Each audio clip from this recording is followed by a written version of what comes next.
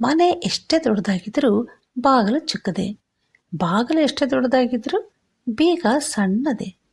ಬೀಗ ಎಷ್ಟೇ ದೊಡ್ಡದಾಗಿದ್ದರೂ ಚಾವಿ ಅಂದರೆ ಬೀಗದ ಕೈ ಸಣ್ಣದೆ. ನಾವು ಆ ಸಣ್ಣ ಕೀಲಿಯಿಂದ ದೊಡ್ಡ ಮನೆಯ ಒಳಗೆ ಹೋಗ್ತೇವೆ. ಜೀವನವೂ ಸಹ ಹೀಗೇ ಇರ್ತದೆ.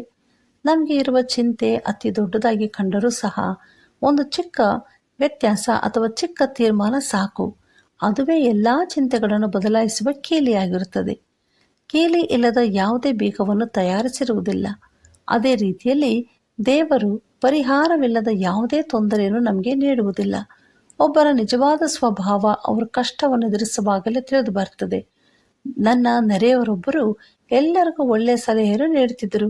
ಇತರರ ತೊಂದರೆಗಳನ್ನು ಆಳವಾಗಿ ತಿಳಿದುಕೊಂಡು ಒಳ್ಳೆಯ ತೀರ್ಮಾನವನ್ನು ನೀಡುತ್ತಿದ್ದರು. ಬಂದವರಿಗೆಲ್ಲ ದೇವರ ಮೇಲೆ ಭಾರವನ್ನು ಹಾಕಿ ಹೀಗೆ ಮಾಡ್ರಿ ಹಾಗೆ ಮಾಡ್ರಿ ಎಂದು ಸಲಹೆ ನೀಡಿ ಕಳಿಸ್ತಾ ಇದ್ರು. ಒಂದು ದಿನ ಅವರಿಗೆ ಎದುರು ನೋಡದ ಹಾಗೆ ವರ್ಗಾವಣೆ ಆಯಿತು. ಅವರು ತಾವಿದ್ದ ಊರಿನಲ್ಲಿ ಮನೆಯನ್ನು ಕಟ್ಟಿದ್ರು.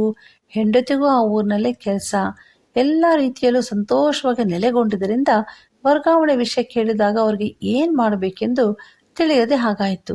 ಅವರು ಯೋಚಿಸದೆ ಲಕ್ಷಾಂತರ ಸಾಲವನ್ನು ತೆಗೆದುಕೊಂಡು ಸಂಬಂಧಪಟ್ಟ ಎಲ್ಲರಿಗೂ ಹಣವನ್ನು ಕೊಟ್ಟರೂ ಏನೇ ಮಾಡಿದರೂ ವರ್ಗಾವಣೆ ಬದಲಾಯಿಸಲಾಗಲಿಲ್ಲ. ಕಡೆಗೆ ಅವರು ಹೊಸ ಊರಿಗೆ ಹೋಗಿ ಅಲ್ಲಿ ಕೆಲಸ ಮಾಡಬೇಕಾಯಿತು. ನೆಮ್ಮದಿ ಹಾಗೂ ಆರೋಗ್ಯದಿಂದಿದ್ದ ಅವರಿಗೆ ಸಾಲದಿಂದಾಗಿ ಎದೆ ನೋವು ಬಂದಿತು.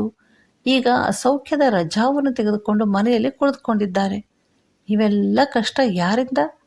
ಸರಿಯಾಗಿ ಯೋಚಿಸದೆ ತೆಗೆದುಕೊಂಡ ನಿರ್ಧಾರವೇ ಇದಕ್ಕೆ ಕಾರಣ. ಬಹಳ ಜನರು ಹೀಗೆಯೇ ಇತರರಿಗೆ ಒಳ್ಳೆಯ ಸಲಹೆಯನ್ನು ನೀಡುತ್ತಾರೆ, ಆದರೆ ಅವರಿಗೆ ತೊಂದರೆ ಎದುರಾಗುವಾಗ ಯೋಚಿಸುವುದೇ ಇಲ್ಲ. ನಾವು ಆಲೋಚಿಸಿ